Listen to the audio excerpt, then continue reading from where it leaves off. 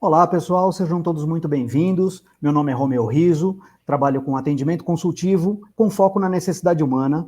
Faço parte do GICAP, que é o Grupo de Imobiliárias e Corretores Aliança Paulista, e ele atende, na maioria das regiões de São Paulo, com atendimento bem consultivo e que atende às necessidades de cada um de vocês. Hoje nós estamos aqui para falar sobre controlar o ambiente remoto. Como controlar um ambiente remoto no momento onde nós estamos com inúmeras mídias sociais, ferramentas digitais que podem ajudar ou até mesmo atrapalhar um usuário. Então, sobre esse tema, eu vou falar com o Tony Coelho, que eu vou chamar ele aqui. Tony, te peguei de surpresa pondo óculos. Boa tarde, tudo bem? Boa tarde, pessoal. Boa tarde. Tudo bem? Aliás, não sei se é boa tarde ou boa noite já, né? Boa noite, boa noite. Boa noite, Passou, né? aqui passou das 6 é noite. Maravilha. Gente, Tony Coelho, ele é cofundador da City RH, consultor e gestor da área de recursos humanos e programas de gestão de talentos. Tony, fala um pouquinho mais sobre você, sobre a City RH. Fica à vontade aí, se apresenta, por favor. Legal. Boa noite, pessoal do GICAP. Eu atuo na área de consultoria de recursos humanos. Eu costumo dizer que eu trabalho com pessoas, trabalho com gente. E gente em qualquer das profissões, em qualquer das atividades, quaisquer das atividades. E sou formado em psicologia, com vários cursos de desenvolvimento na área de gestão de talentos, criatividade, formação de equipes, treinamento e desenvolvimento. E atualmente estou morando aqui no interior. Eu sou de São Paulo, mas moro aqui em Sorocaba já há 24 anos e me dediquei aqui a esse trabalho de consultoria, mas atendo a todo o Brasil dentro desse segmento. Maravilha. Tá morando em Sorocaba, São Paulo. Oi, Roma. Oi, tá dando um repeteco na tua voz aqui, não sei porquê. Será que é o meu... Chegou? Tô aqui. Tá aí? Veja se tudo bem, se precisa fazer alguma regulagem. Tá tudo bem? Eu acredito que sim. Está me ouvindo bem agora? Tô ouvindo bem. Chegando perfeito para mim, som e imagem. Não, tá dando repeteco mesmo. Bom, o pessoal aqui tá dizendo que tá ouvindo bem. Vamos lá, vamos seguir. Bom, legal. Você tá morando mal aí em Sorocaba, né? Sem problema de trânsito, quer dizer, mais ou menos, né? Porque as grandes cidades do interior estão indo bem. Na verdade, assim, o interesse de vir para Sorocaba foi exatamente sair dessa loucura de São Paulo. Eu comentei com você uma vez, para ir para o meu trabalho, que era na região da Avenida Paulista, eu levava 1h30 para ir, e em dias normais, 1h30, 2 para voltar. Se houvesse algum problema de chuva ou alguma coisa, esquece. Aí esse tempo ia ser o que Deus quisesse, né? Eu em São Paulo, uma vez, numa das enchentes, eu saí da região ali da 9 de julho, 6 horas da tarde, cheguei em casa meia-noite. Nossa Senhora. Porque para atravessar ali da Zona Sul para a Zona Norte, com enchente, com o trânsito todo parado, horrível. Aqui em Sorocaba, com esse tempo de 6 horas, você vai até Curitiba. Bom, Tony, e sobra tempo ainda, né? Sobra tempo, com certeza. Você vai até Curitiba para jogar pádel, eu jogo uma partida e volta ainda, com 6 horas, né? Dá tempo de ir, cansar e voltar. Exatamente. Vamos lá, Tony. Gente, hoje, como eu falei antes, a gente vai falar sobre controlar os ambientes remotos. Vamos falar sobre mídias sociais, ferramentas digitais. A gente vai falar sobre algumas coisas. Quais as formas de tratar nossas atenções atualmente e o que mudou em relação ao passado? Legal. Você tem aí uma apresentação, eu vou pedir que você compartilhe com o pessoal, para a gente começar falando dos tipos de atenção, né? Para a gente entender e a gente começar a se identificar com que tipo de atenção eu tenho mais problemas.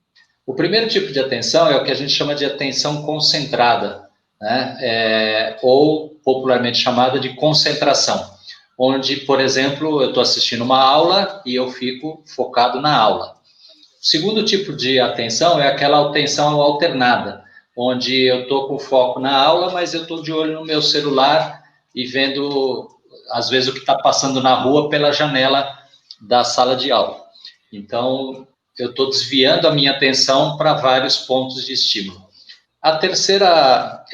Terceiro tipo seria a atenção sustentada, que é aquela atenção que você está fazendo uma tarefa repetitiva, por exemplo, um operador de máquina, e ele precisa efetivamente prestar atenção naquela atividade para não se machucar ou não fazer errada a atividade. E a atenção seletiva, que é aquela atenção onde eu escolho conscientemente aquilo que eu vou focar. Por exemplo, quando eu escolho que eu vou focar na aula, está cheio de estímulo, o pessoal está passando na janela me dando tchau, celular está tocando, mas eu falo, eu não vou focar naquelas outras coisas, eu vou ficar focado exatamente na aula. Então, eu estou selecionando aquilo que eu vou escolher. Tá? Então, hoje, se nós formos observar, o número de estímulos que nós temos na nossa atividade cotidiana é muito grande. Até um tempo atrás, a gente só dirigia o carro, né? Hoje você tem que dirigir o carro e tem gente que quer dirigir o carro e atender telefone e mandar mensagem no telefone. São atividades incompatíveis, exatamente pela questão da atenção. A atenção que é requerida para dirigir, você dirigindo, você não dirige só o seu carro, você tem que prestar atenção no trânsito, você tem que prestar atenção na faixa à sua frente, na faixa lateral. Então, é uma atenção concentrada naquilo que você está fazendo, mas dirigir, eu diria que é muito parecido com uma atenção alternada, ou seja, eu estou prestando atenção em tudo ao mesmo tempo, né? Eu estou prestando atenção se está atravessando um cachorro na rua, se o farol vai fechar ou não, se o meu carro está funcionando ou não. Só que hoje, com a tecnologia, tem gente que quer incluir mais um objeto, quer incluir o celular para atender ou mandar mensagem. É onde, às vezes, não funciona e dá problema. Né? Maravilha. Hoje, nós estamos sendo bombardeados.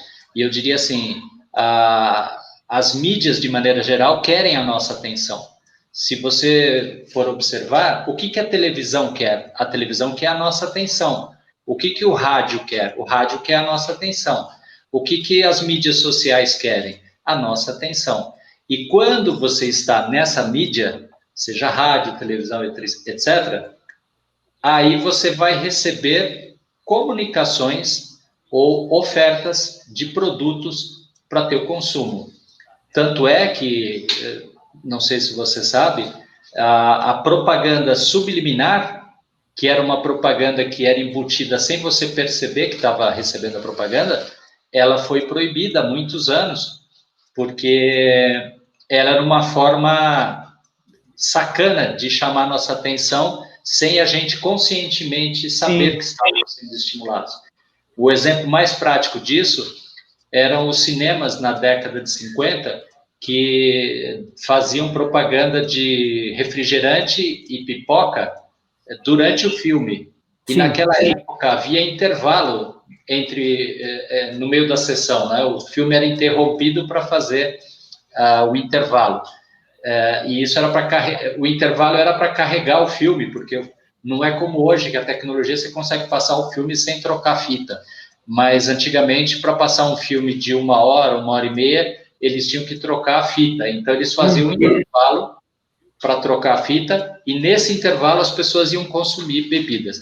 E muita gente não entendia por que ele, naquele exato momento, ele sentia vontade de beber. Por que ele sentia vontade de comer pipoca?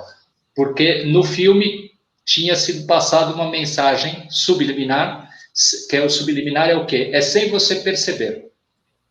Isso. A mensagem é passada e você acaba comprando a ideia de fazer isso. É por impulso. É por impulso. E depois a legislação proibiu esse tipo de mensagem. E só ilustrando para que você entenda e para quem está nos assistindo entenda, nós isso é da nossa época, né, Tony? Porque se a gente parar para pensar, a gente tinha flashes no meio do filme sobre justamente essas mensagens subliminares. Exato. Quem é e da a nossa mensagem época subliminar vai é lembrar exatamente isso. Ela é exatamente isso. É um flash que você não percebe que viu. Exatamente. Porque o filme, se você observar um filme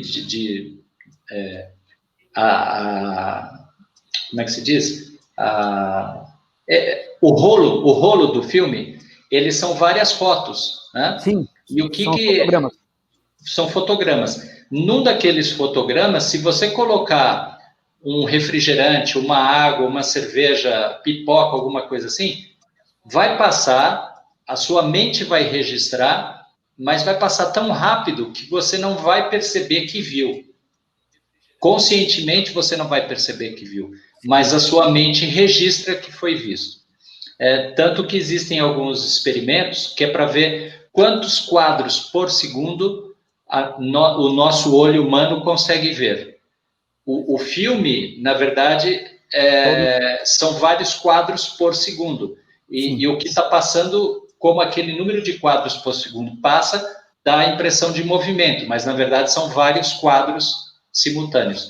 Por isso, até se você pegar um livro ou fizer um desenho num bloco e fizer isso aqui, ó, vai dar a noção de movimento, porque o seu olhar vai estar olhando aquele desenho e vai parecer que está andando.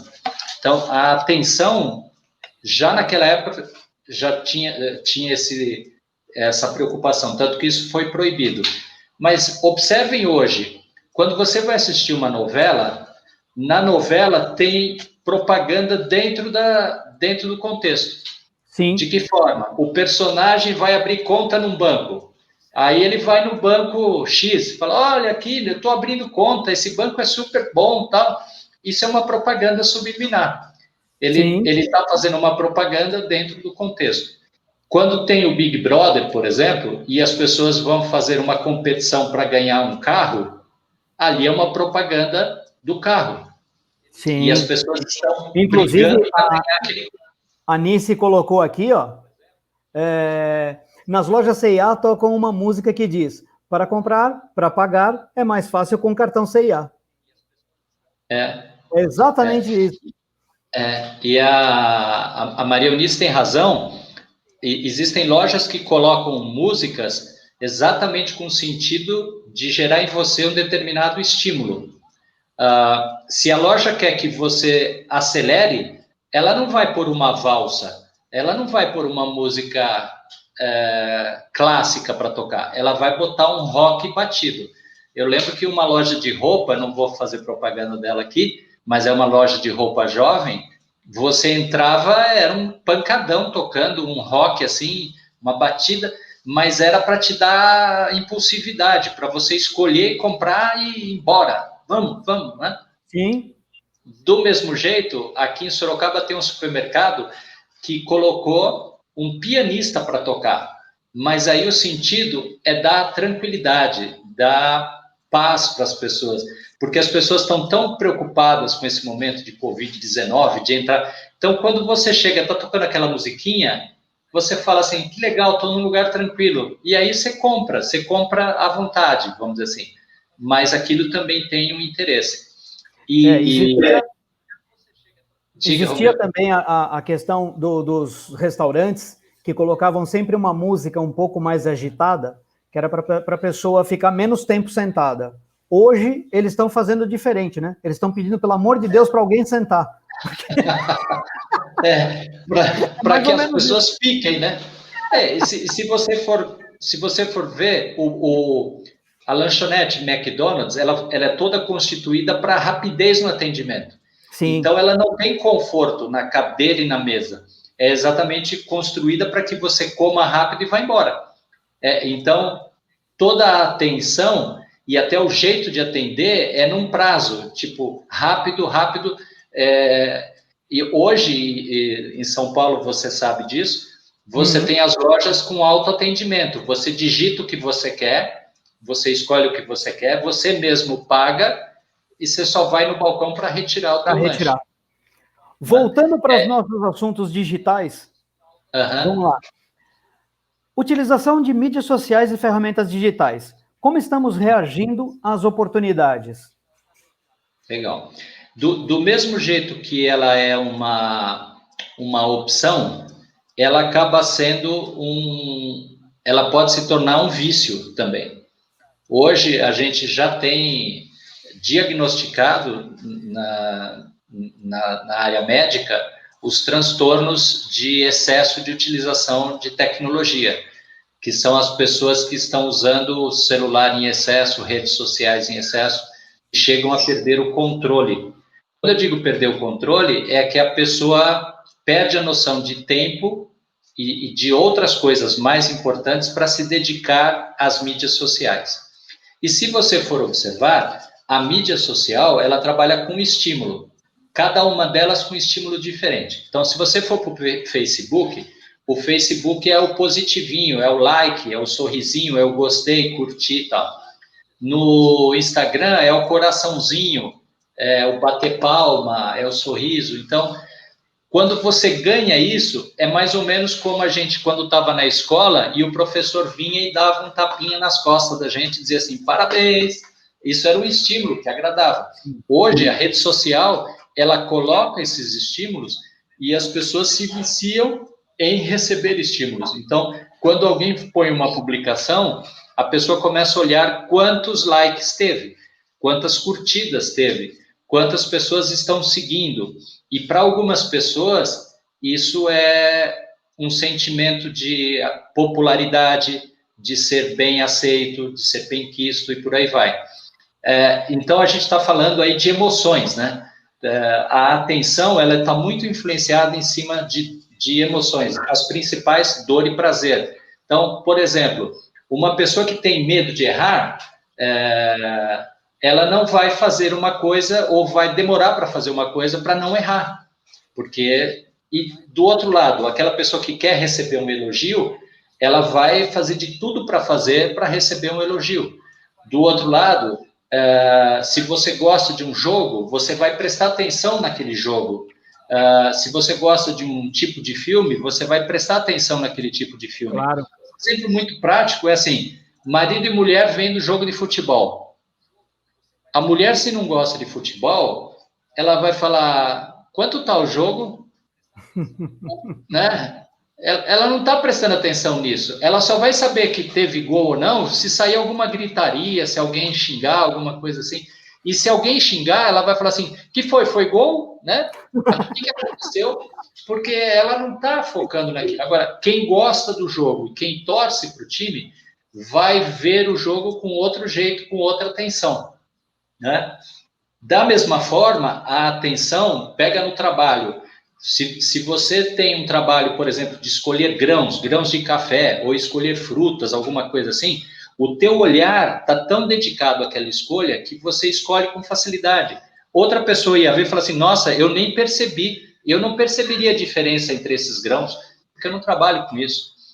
Outro exemplo muito claro é o policial ou segurança de uma loja, por exemplo. O policial, ao ver vamos supor que uma vez eu fui com os meus filhos num show aí em São Paulo, no Morumbi, era o acho que Black Eyed Peas, se eu não me engano. Black Eyed Peas. No Morumbi. E nós estávamos na portaria do Morumbi. Eu vi um pessoal batendo carteira. E os meus filhos não perceberam. E eu falei, sai, vem pra cá, vem pra cá. Que foi? Ah, olha aqueles caras ali, os caras estão batendo a carteira do pessoal. E eles estavam batendo a carteira e roubando o celular. Agora, veja só, as pessoas estavam tão preocupadas em entrar naquela muvuca de ir para o show, que elas não percebiam que elas estavam sendo roubadas. Porque as pessoas se empurravam, uma tocava nas outras, então o cara enfiava a mão no bolso da pessoa, a pessoa não sentia. Porque ela estava com a atenção de querer ser a primeira a entrar, de entrar logo para o show e tal. Já o policial e a segurança, ele observa movimentos e observa pessoas com jeito diferente, ele fala, aquele ali está com atenção, ou uma atitude suspeita. E essa atitude suspeita, ele vai averiguar. Então, ele está com o olhar dele, a atenção dele, treinada para isso.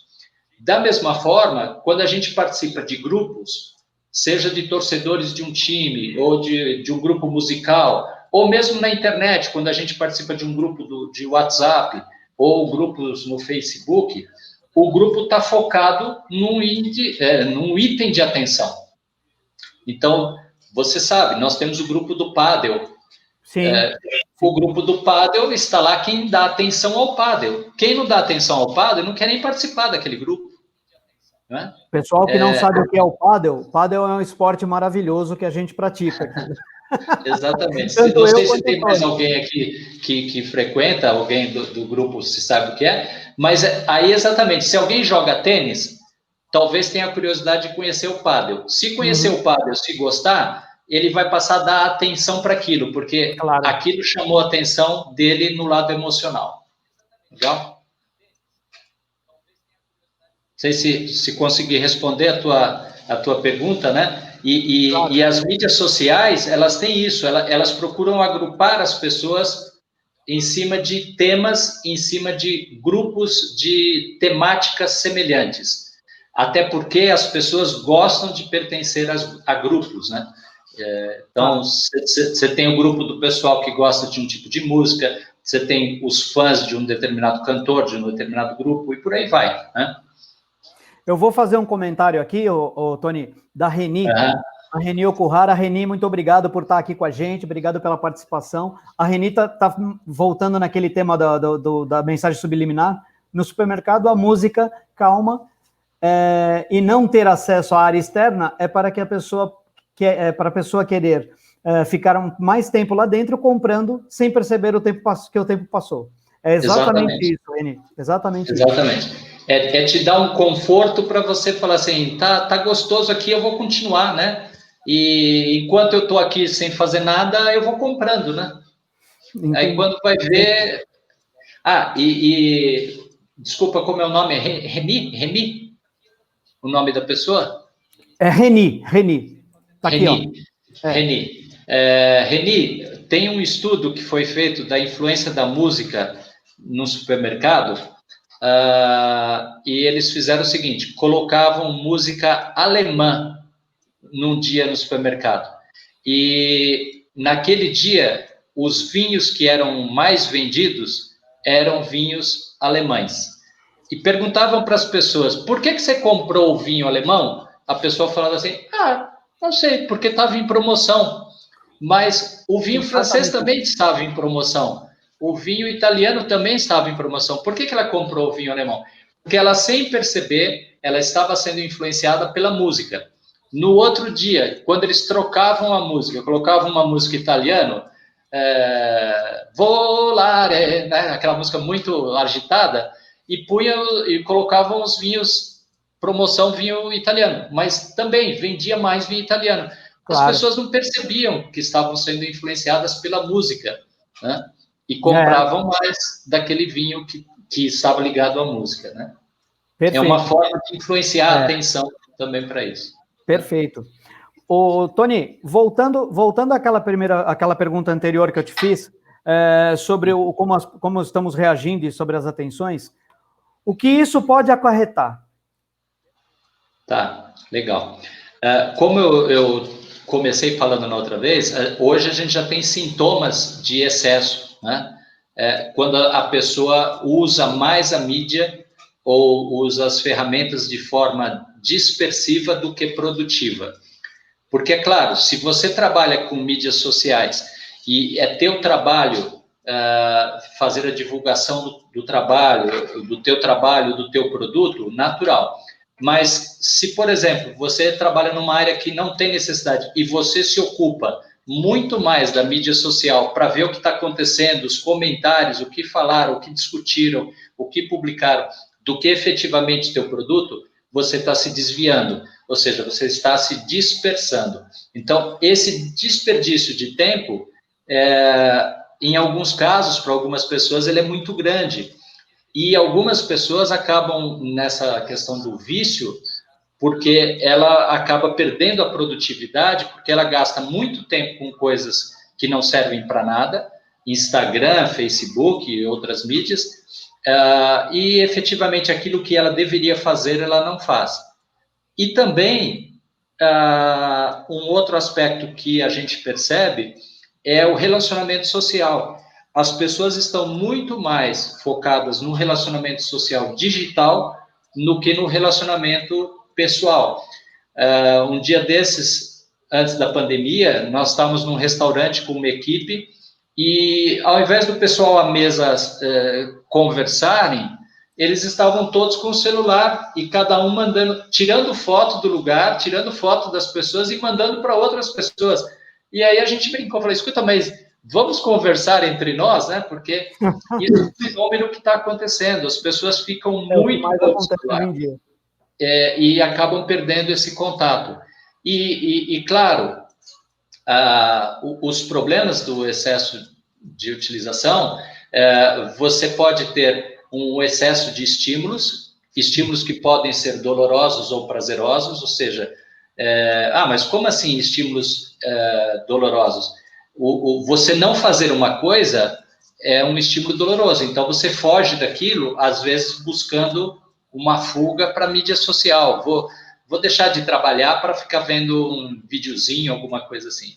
E claro, a mídia social também é inteligente, que ela coloca coisas que nos chamam a atenção. Então, o quê? Vídeo engraçado, vídeo curioso, vídeo pitoresco, aquilo desperta a sua atenção para querer ver. E aí as pessoas... Você viu o vídeo do cachorro? Você viu o vídeo do cavalo que atravessou a rua? Você viu... Aquilo, você fica meio que fora de moda, parece, né? Como? Você não viu, né?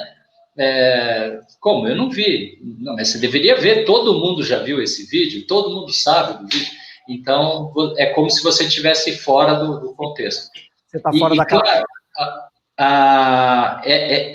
esse excesso de estímulos, a pessoa acaba querendo sempre ver mais um, ver mais um, ver mais um, ver mais um, e hoje tem até rede social específica de vídeos engraçados, que é o TikTok, por exemplo, né? Sim. Que é exatamente para chamar a sua atenção para isso.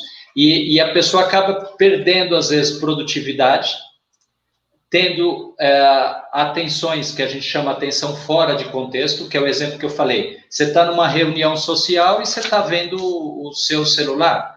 E as pessoas você não está conversando. Você está numa reunião de família, não está conversando com a família. Você está no teu trabalho e, ao invés de trabalhar, você está vendo mídias sociais. Isso, então, é atenção fora de contexto. E no caso de trabalho, às vezes podem ter erros e acidentes, né? Quem trabalha em cozinha, já ouvi relato de gente que cozinhou celular, né? Ficou bom? A pessoa com o celular na mão deixou cair o celular na panela e o celular foi para água quente. Outros esqueceram que o celular tinha caído e quando foi abrir a panela, viu que o celular tinha quase derretido dentro da panela. Então, alguém que trabalha, e principalmente esse pessoal em locais que exigem maior atenção, algumas empresas estão retirando o celular. Tipo, você vai trabalhar, não pode entrar com o celular, porque a sua atividade requer atenção concentrada. Se você ficar vendo o que está tocando no celular, a mensagem que te mandou, se alguém te respondeu ou não, dispersou, é o risco de você sofrer um acidente, causar um acidente e por aí vai. Né? Perfeito.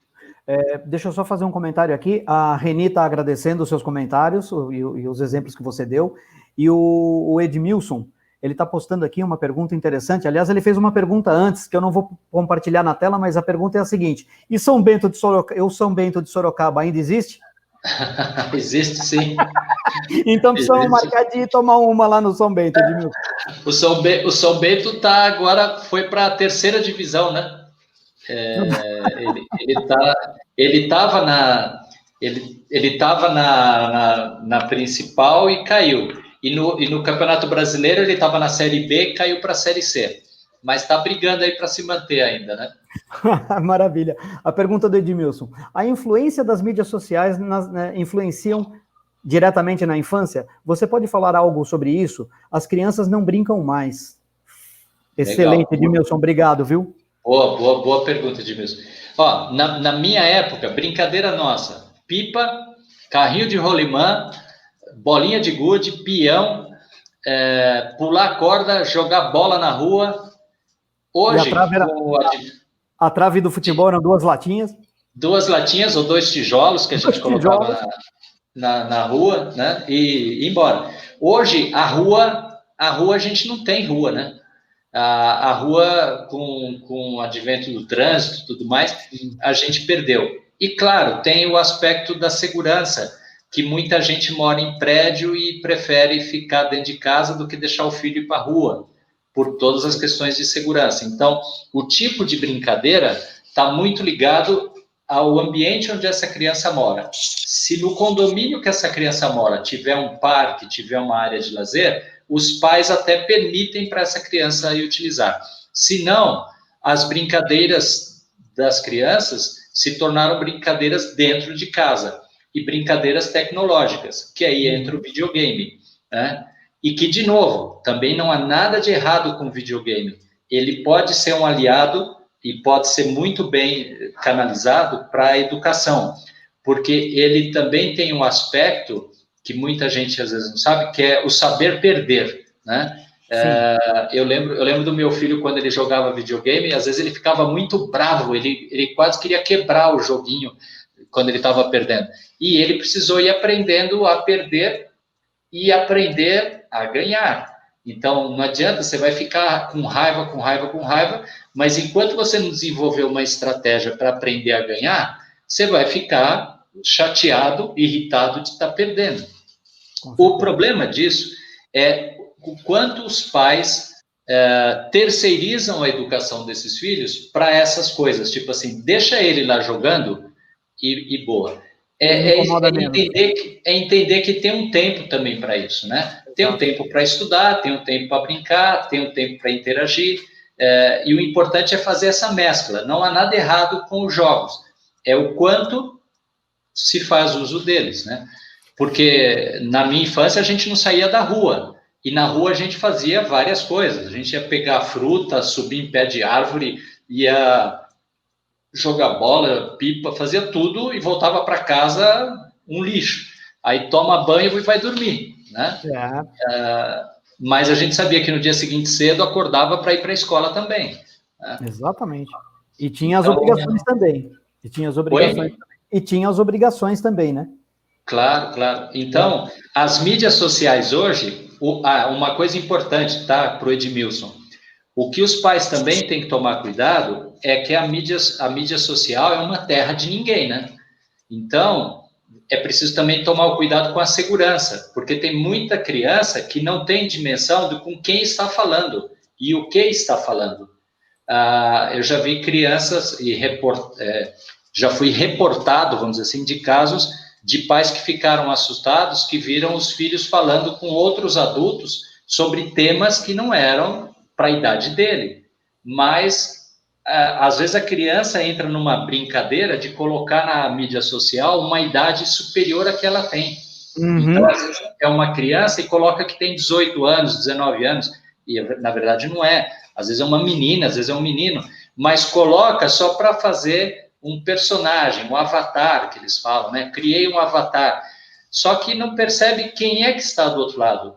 Pode haver até quadrilhas, nesse caso, que estão pegando dados, pegando rotina da família, o que a família tem, o que a família não tem, quais são os hábitos da família. Então, os pais precisam tomar cuidado, o que é que seu filho está fazendo na mídia, né?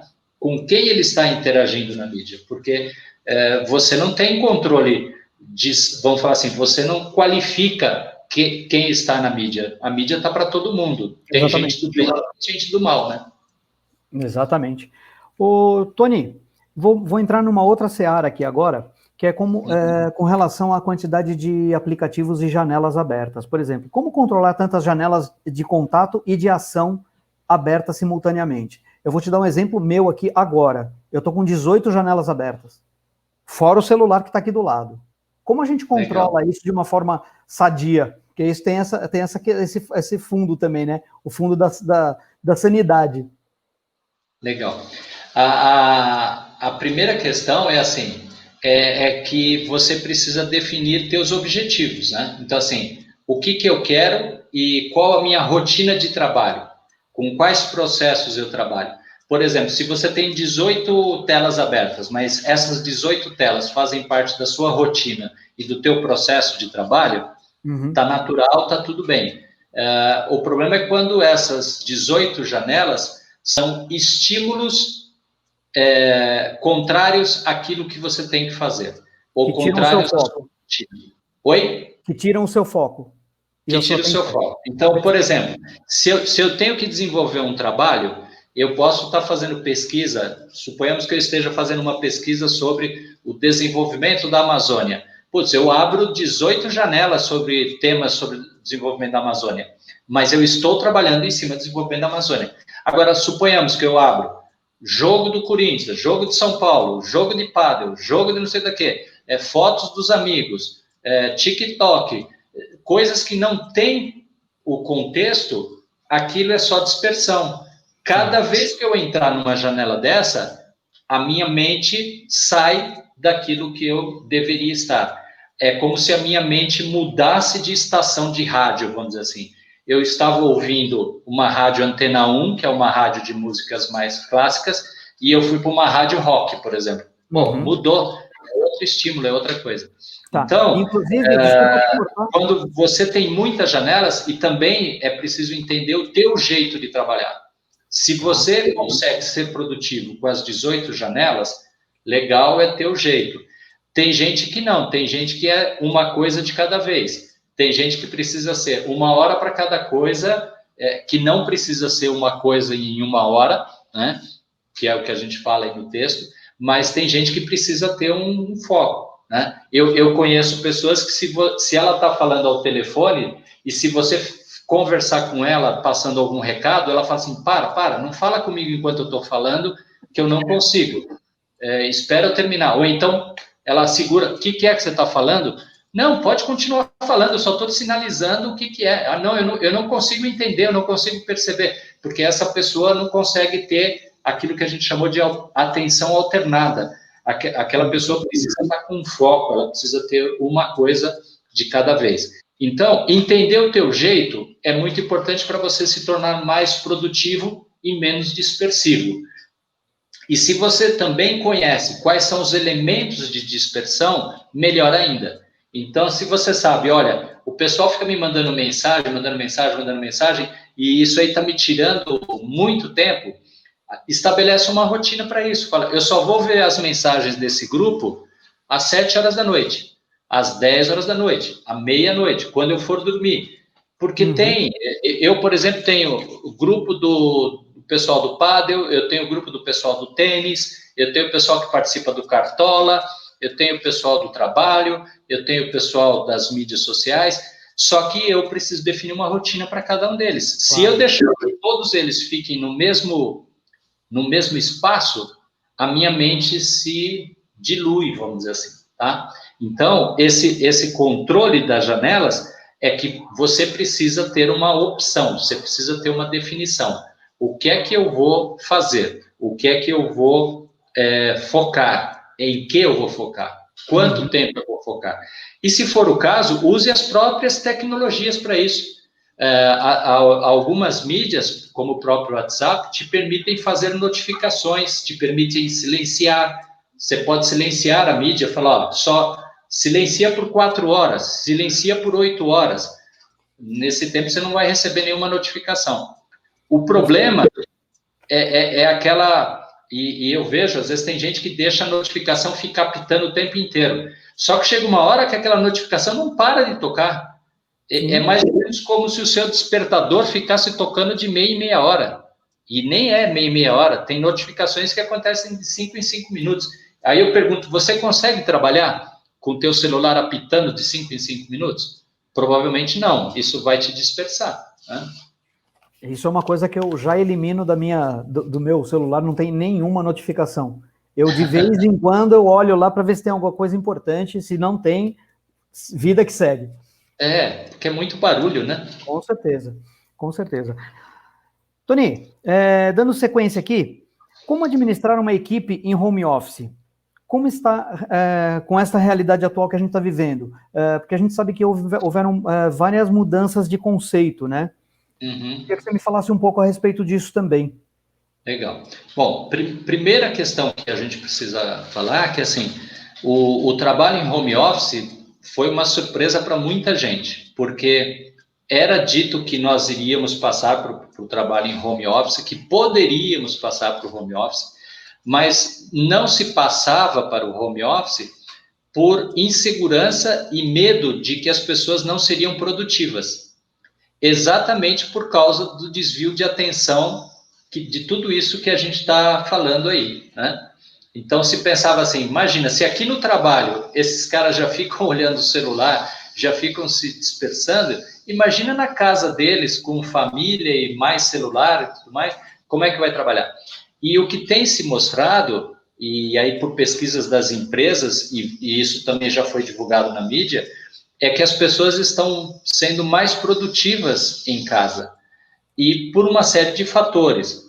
Conta-se o tempo de deslocamento que a gente ganhou, o tempo de trabalho. Algumas pessoas estão trabalhando até mais no home office do que trabalharia no trabalho, né? E mesmo eu preciso criar uma disciplina, porque bobear 3, 4 horas da manhã, você já viu, eu já te mandei e-mail, às vezes a gente avança no horário. E aí, a grande sacada para quem vai administrar uma equipe é limite, estabelecer limites. Qual é o horário para iniciar, qual é o horário de parar, quais são as janelas, como a gente faria no escritório. Tem um intervalo para café, tem um intervalo para o almoço e tem a hora de encerrar o expediente. Claro. Se nós delimitarmos isso, e delimitarmos isso através das mídias sociais. Por quê? Como é que você controla a tua equipe? Você controla com ferramentas, você controla com WhatsApp, com ferramentas de reunião. Então, deu o horário de encerramento do expediente, cessa o contato, porque o contato é uma forma de estímulo, o contato é uma forma de chamada de atenção. Se eu escrever para você, Romeu, como é que está aquela proposta? Como é que está? Eu estou te estimulando a executar uma ação. Então, estou chamando a sua atenção. Então, quem vai trabalhar com equipe em home office precisa saber delimitar esse espaço de tempo e, da mesma forma, também precisa objetivar trabalho. O que é que nós vamos fazer a cada dia? Quais são minhas metas? Quais são os meus objetivos? Que trabalhos eu tenho a fazer? Tanto que eu até coloco, acho que está na apresentação anterior, que está ali OCD, Sim. Objetivo, controle e disciplina. Porque, veja só, não adianta nada, se você tem um objetivo, está na tela anterior, isso aí, ó. Se você tem um objetivo, se eu digo a você assim, Romeu, você precisa fazer contato com 10 clientes. Por dia você precisa telefonar pelo menos para 10 clientes. Legal. E eu nunca pergunto para você se você ligou, eu não tenho nenhum controle, eu não sei quais foram os 10 clientes que você ligou, eu não sei se você ligou ou não ligou, esse objetivo vai se perder. Então, não adianta ter um objetivo se não tem um controle. E não adianta também ter o controle se a gente não exercer uma disciplina sobre o controle. Claro que os dois melhores seriam o autocontrole, e o outro seria a autodisciplina. Mas aí a gente tem que pensar, e se o teu subordinado não tem autocontrole e não tem autodisciplina? Quem é que vai controlar? Quem é que vai disciplinar? Aí que precisa de um gestor com objetivos claros, controles claros e com uma disciplina muito clara para poder fazer a gestão da equipe à distância. E que as pessoas saibam que hoje, com as ferramentas de localização, ferramentas de rastreamento, as empresas conseguem saber onde você está, se você está trabalhando ou não. Isso tudo está muito fácil. Aí é muito mais uma questão também de desenvolvimento de confiança, né? Eu confio em quem eu estou trabalhando. Entendi. Né? E com isso eu vou até entrar na próxima pergunta, que você já falou de ferramentas, e eu ia te falar justamente sobre isso, né? A gente falou sobre, você estava falando sobre o gestor do home office, E com certeza existem ferramentas de produtividade para isso, e eu queria saber de você quais são as melhores que você, não que você possa indicar, mas que de repente você acha que para cada finalidade existe uma ferramenta padrão. Tá.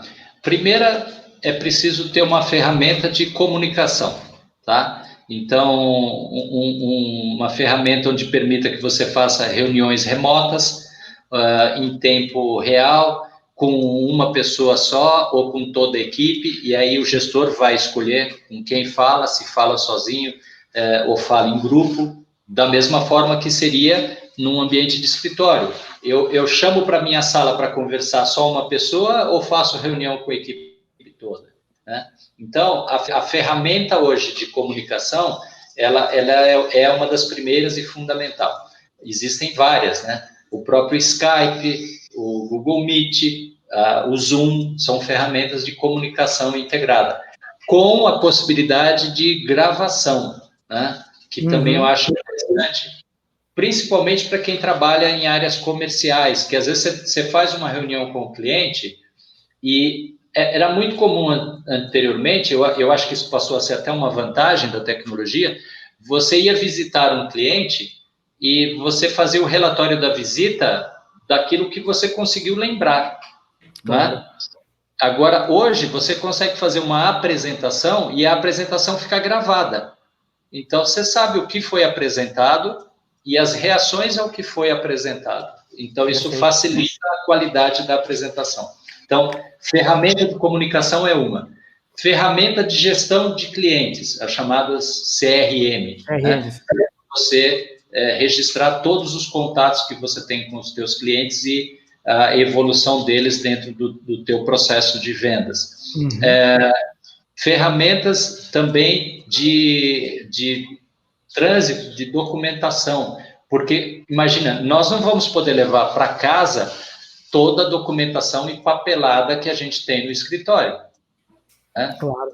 Então, é importante você também ter um sistema de arquivo de documentos e de envio de documentos de grande tamanho. Eu fico imaginando o pessoal que trabalha com vocês, da área de imóveis, mandar uma planta ou mandar um vídeo de um imóvel. Às vezes o arquivo é grande e o arquivo não dá para ir pelo e-mail, porque dependendo do teu provedor, ele vai limitar em 2 megas, por exemplo. Sim. Aí você fala, bom, eu preciso então de uma ferramenta de envio de arquivos em grande tamanho, ou armazenamento em grande tamanho, para que eu possa dar o link para ele acessar. Então, cada um vai ter que escolher qual a ferramenta é mais indicada. Às vezes, você tem um jeito de vender e você precisa ter um meio de pagamento remoto. Hoje, as maquininhas todas de cartão já permitem pagamento sem você precisar que o cliente vá até você para digitar. Você manda o link para ele e ele paga através desse link. Isso também é uma ferramenta de produtividade. Então, as próprias empresas e os aplicativos todos estão hoje focados nesse novo momento de trabalho em home office. Aí cabe a você escolher quais ferramentas são mais adequadas ao teu trabalho, à tua equipe e ao investimento que você tem. Se você vai usar ferramentas gratuitas ou se você vai usar ferramentas que requeram investimento. Tá? Mas eu indicaria principalmente ferramenta de comunicação, ferramenta de processos de trabalho, de arquivo de processos, e essa ferramenta de envio de documentos e, a última, pagamentos. Tá? Perfeito, perfeito. Vou só dar um recadinho aqui, Tony. Semana que vem, dia 6/8, nós vamos estar falando sobre crescimento pessoal e profissional dentro de casa, tá? Vou falar com o Nelson Rovai, a gente vai falar sobre isso, eu convido todo mundo a participar também, a gente vai estar no mesmo horário, na mesma quinta-feira, 18h30, crescimento pessoal e profissional dentro de casa. Legal. Tony, eu vou deixar aqui embaixo o teu contato, tá? O site da tua empresa, citirh.com.br, para quem quiser entrar em contato com você, ficar à vontade. Entrou aqui mais uma pergunta do Rubens, vou colocar aqui. Tony, como lidar e estimular com corretores autônomos? Perfeito. O corretor autônomo, Rubens, de novo, a gente precisa pensar assim, o interesse dele, né? O que vai gerar a ligação dele à minha imobiliária ou ao meu produto? Se ele está trabalhando à distância, ele precisa ser instigado a ganhar alguma coisa. A gente sabe que os corretores, assim como todo vendedor, eles são instigados por metas e por remuneração. Então, se o produto é bom e se o produto tem boa visibilidade, isso ajuda o corretor a trabalhar. Pensa, hoje, no momento que nós estamos, o que seria um produto bom? Um produto que tivesse materiais de divulgação online e não só presencial. Porque o cliente, por exemplo, fala assim, eu quero ver teu imóvel. Você tem um arquivo visual aí para eu ver? Ah, não tenho, só você indo lá visitar. Aí o cliente fala, eu vou pensar, não sei, porque às vezes tem gente que não quer sair de casa. Em contrapartida, se você tem um material visual bem elaborado, bem preparado, isso pode estimular o cliente a ver e também estimular o corretor a trabalhar com aquele produto, porque aquele produto é um produto de fácil aceitação. Então, é sempre pensar nesse tripé, oferta, produto e interação. O meu produto ou a minha imobiliária permite isso aos corretores, esse tripé, produto, interação e uma boa oferta? Porque, às vezes, tem corretores autônomos que falam assim, eu não vou trabalhar lá porque eu só tenho o caroço, né, que eles falam, né? Só tenho o pescoço, só me dão coisas ruins para vender e coisas que são difíceis para vender. O filé mesmo, a coisa boa, fica só com os corretores da casa, aqueles corretores que são efetivamente da própria imobiliária. Então, é preciso também saber como os teus produtos podem se tornar atraentes para esses corretores autônomos. E, claro, é importante fazer, eu diria, qualificações. Tanto qualificações de clientes, quanto qualificações dos corretores. Porque se você não tem uma boa qualificação de produto, às vezes o teu corretor vai cansar o cliente. Ou seja, vai levar o cliente para conhecer 10, 20 produtos e o cliente fala, pô, esse cara não entendeu a minha necessidade. O cara está me apresentando coisas que eu não quero e eu estou perdendo tempo com ele. Então, é preciso que esses corretores também sejam preparados para uma boa qualificação do perfil do cliente. E entender também uma questão que tem a ver com atenção, tá, Rubens? Uma mente em dúvida diz não. Existe um estudo que mostra o chamado paradoxo da escolha. O estudo foi o seguinte, numa mesa com 36 queijos para a pessoa escolher, experimentar e escolher. Numa outra mesa, somente 6 tipos de queijo para as pessoas experimentarem e escolher.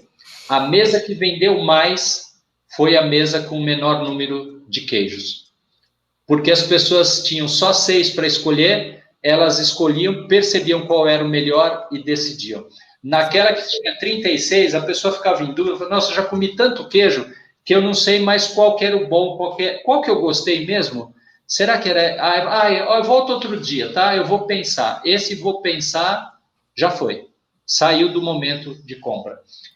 A mesma coisa acontece em segmentos imobiliários e segmentos automotivos. Tem vendedor que apresenta tanta opção para o cliente que o cliente fica na dúvida. O cliente fala, não sei, você me deixou na dúvida. Eu vou pensar. E ele, às vezes, vai para um outro corretor ou para um outro vendedor que diminui o leque de opções, mas opções muito melhor qualificadas para o cliente, e aí o cliente tem que escolher entre aquelas 3. Fala assim, poxa, eu já sei o que eu vou escolher. Eu tinha tantas opções que eu já até esqueci. É uma coisa, às vezes, comum até que acontece nesse segmento. O cliente fala, eu já vi tanta casa que eu já nem lembro mais. Aí você fala, lembra aquela casa amarela? Vixe, amarela, né? É uma que tem uma piscina na frente. Nossa, eu já vi tanta casa com piscina que eu já nem sei mais qual é. Por quê? Porque ele teve muitas opções, muitas. E aí paradoxo da escolha. Quando a gente tem muitas opções, e principalmente quando as opções não são diferenciais mesmo, seria a mesma coisa que eu fazer. Você prefere um caminhão, um ônibus ou um Fusca? Poxa, são completamente distintos, né? São produtos completamente fora. Então, aí eu estou facilitando a tua escolha, estou direcionando a tua escolha. Isso tem a ver com os corretores também. Se eu simplesmente aumento o número de corretores, coloco quem quiser, vem aqui trabalhar, qualquer corretor pode trabalhar, eu estou generalizando, eu não estou valorizando o meu produto também, né? Perfeito. A Reni está colocando aqui, ó, uma das técnicas de vendas é só mostrar 2, no máximo 3 opções para direcionar mais o cérebro para a escolha. Perfeito, Reni. O Tony vai falar que é isso mesmo e eu já estou dando a resposta dele, porque realmente é isso mesmo. Dificilmente, se você passa de 3 opções, a pessoa ela começa a criar confusão mental nela. Eu acho que o Tony vai falar bem melhor do que eu sobre isso. É isso mesmo, é isso mesmo. Uma mente em dúvida diz não. Diz não ou diz assim, eu vou pensar. Esse vou pensar... As decisões de compra, é importante que vocês... E vale para compra de casas. São decisões emocionais. A gente primeiro decide com emoção e depois justifica com a razão. Aí você fala assim, eu não sei por que eu gostei daquela casa. Às vezes gostou por causa da sombra de uma jabuticabeira que tinha no fundo do quintal da casa, gostou por causa do cheiro da casa, gostou por causa da luminosidade da casa. Então, são sensações, é emocional. E aí você fala, pô, eu estou indo para o racional. O cliente não vai decidir com o racional, ele vai decidir com o emocional. E depois ele justifica com o racional a escolha que ele fez pelo emocional. É mais ou menos como você vai num shopping, compra uma camisa super legal que você curtiu pra caramba, mas ela era cara pra caramba. Aí você chega em casa, você fala para a esposa, olha, paguei X nessa camisa. Você tá louco? Não, mas sabe o que é? Fio egípcio. Ela tem botão da minha marca, ela tem aqui um fio escocês, não sei o que, aí você precisa justificar.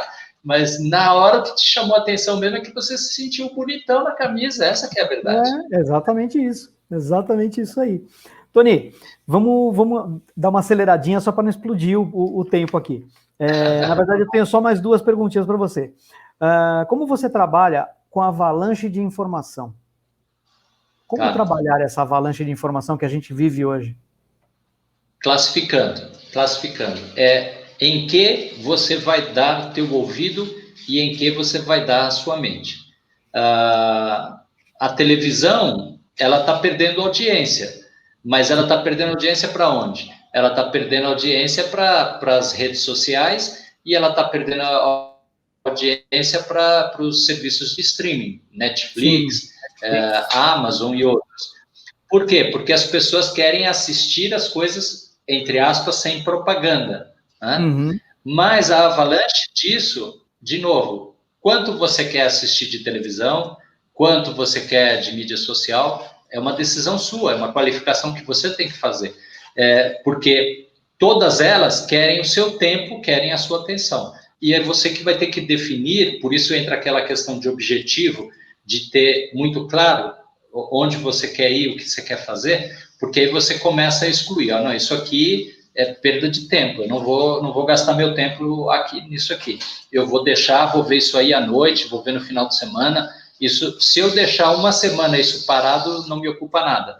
Se eu deixar de ver Jornal Nacional uma semana, minha vida não muda nada. Ao contrário, minha vida pode melhorar porque eu vou deixar de ver tanta desgraça. De novo, é escolha. Você vai escolher aquilo que te alimenta. E o excesso de informação é porque você permitiu esse excesso entrar. Você não está fazendo filtro daquilo que você quer consumir. Né? Perfeito. Você falou algumas vezes hoje, durante toda a entrevista, você falou algumas vezes sobre excesso e falta. Isso é o tema que eu vou deixar para você aqui, para você refletir junto com todo mundo. Por enquanto, eu vou agradecer todo mundo por ter ficado aqui com a gente, por ter ouvido o Tony, por ter encarado o Carequinha de novo. Deixo aqui mais uma vez o meu aviso que semana que vem a gente vai estar novamente falando sobre crescimento pessoal e profissional em casa com Nelson Rovai. E, Tony, o que eu queria conversar com você agora é o seguinte, já vou me despedir, vou deixar você encerrando a entrevista com um pensamento do Aristóteles, que o Aristóteles foi um filósofo grego de mais ou menos de 300 a.C., formado pela Academia de Platão, e que definiu que a formação da matéria é feita pelos 4 elementos, terra, água, fogo e ar. Tá? Essa é uma frase bastante importante dele, que eu acho que vale a pena você mencionar, até porque você falou bastante a respeito de excessos e faltas. Então, eu vou jogar aqui a pergunta, vou jogar aqui o pensamento de Aristóteles, você reflete sobre isso e se despede, e eu já deixo aqui o meu beijo a todos, o meu grande agradecimento. Legal. Vamos lá. Obrigado, Romeu, obrigado à equipe toda aí do GCAP, obrigado pela nova oportunidade de estar falando com vocês. Fico à disposição de vocês pelo meu canal da CityRH, no www.cityrh.com.br. Tenho também o meu link no Instagram, que é @TonyCoelhoIns. Pode me seguir lá, pode mandar perguntas também para mim, fiquem à vontade. Essa Deixa eu colocar a frase aqui. A frase que o Romeu coloca, né, que a perfeição é o meio termo entre 2 vícios, né, o excesso e a falta. Estou saindo. Obrigado, Romão. Tchau, gente. Um abraço para você e um beijo também. Dizem que assim, a diferença entre o veneno e o remédio é a dose, né? Nessa linha também do que Aristóteles estava falando, o excesso e a falta. O mesmo remédio que pode curar, em excesso, ele pode matar. Então, as mídias sociais e as ferramentas, elas podem ser um remédio, mas elas podem ser um vício também, tudo vai depender do excesso da utilização. Então, nós podemos saber utilizá-las, podemos fazer uso para produtividade, é uma decisão pessoal e uma decisão consciente e não se deixar influenciar pelo modismo ou pelo movimento de grupo, tá bom? Obrigado, gente, até uma próxima oportunidade, fiquem com Deus, obrigado, Roma, obrigado, GCAP, até uma próxima, tchau, tchau.